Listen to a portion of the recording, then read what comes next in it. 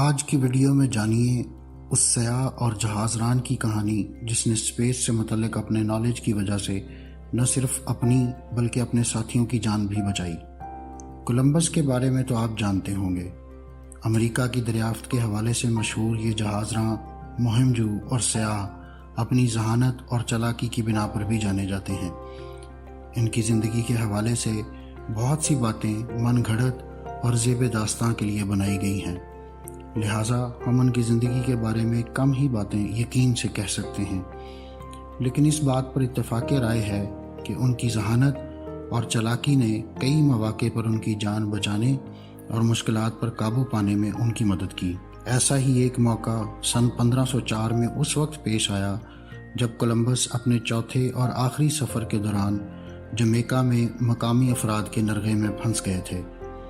اس video میں ہم آپ کو بتائیں گے کہ جزیرے کے مقامی باشندوں سے جو کچھ انہیں حاصل کرنا تھا، اس کے حصول کے لیے انہوں نے اسپیس اور اسپیس آبجیکٹس کے اپنے علم کو کیسے استعمال کیا۔ اگر آپ سائنس اور اسپیس کے دلچسپ رازوں کے بارے میں جاننا چاہتے ہیں تو لائک اور سبسکرائب کیجیے ہمارا چینل اور گھنٹی کا بٹن دبائیے تاکہ نئی ویڈیوز آپ کو فوری مل سکیں۔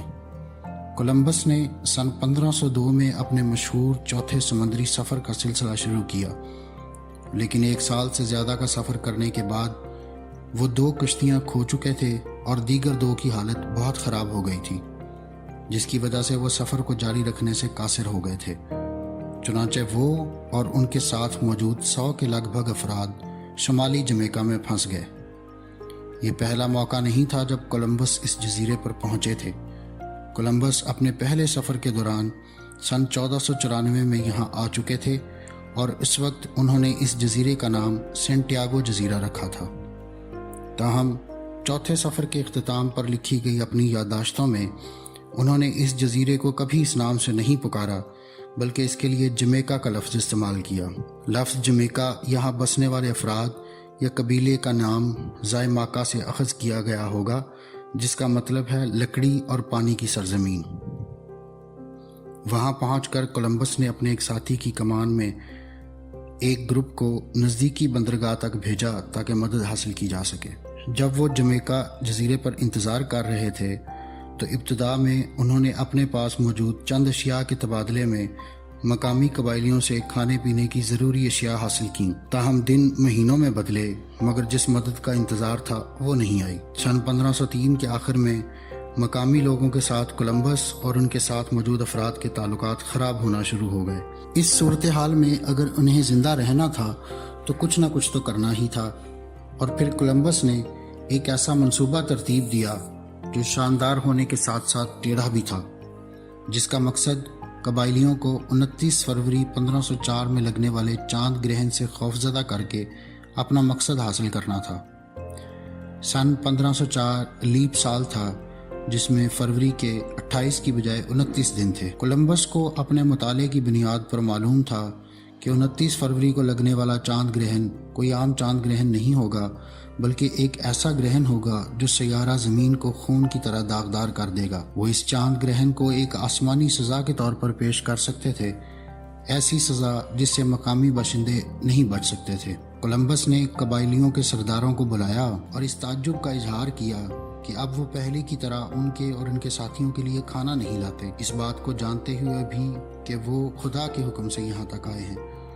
کولمبس نے اس کے بعد قبائلیوں کو آگاہ کیا کہ خدا ان کی اس حرکت پر بہت ناراض ہے، اور اسی رات انہیں خدا کی ناراضگی سے متعلق نشانی آسمان پر نظر آئے گی۔ اور چونکہ اس رات چاند گرہن تھا تو سب کچھ اندھیرے میں ڈوب گیا۔ مارٹن فرنانڈیز کی کتاب کے مطابق قبائلیوں نے اس کو سچ سمجھا اور وہ ڈر گئے اور وعدہ کیا کہ وہ آئندہ کھانا پہنچانے کا سلسلہ جاری رکھیں گا۔ کولمبس کو معلوم تھا کہ چاند گرہن کا آغاز کب ہوگا اور کب چاند سرخ ہو جائے گا۔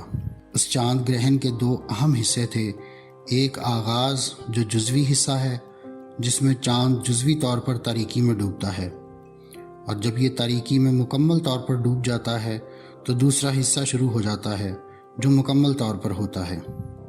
اس چاند گرہن کی بھی ایک خصوصیت تھی، یعنی اسے گرہن اسی وقت لگ چکا تھا جب سے افق پر ظاہر بھی نہیں ہوا تھا، یعنی طلوع ہونے سے پہلے ہی۔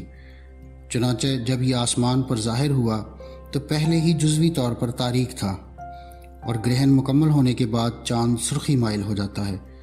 اس کی وجہ یہ ہے کہ سورج کی روشنی براہ راست چاند تک نہیں پہنچتی، لیکن اس کا ایک حصہ زمین کی فضا سے فلٹر ہوتا ہے اور سرخی مائل اور نارنجی رنگ قدرتی طور پر پیش کرتا ہے۔ اس طرح سے انہوں نے اسپیس کے بارے میں اپنے علم کی بنا پر نہ صرف اپنی بلکہ اپنے دیگر ساتھیوں کی جان بھی بچائی۔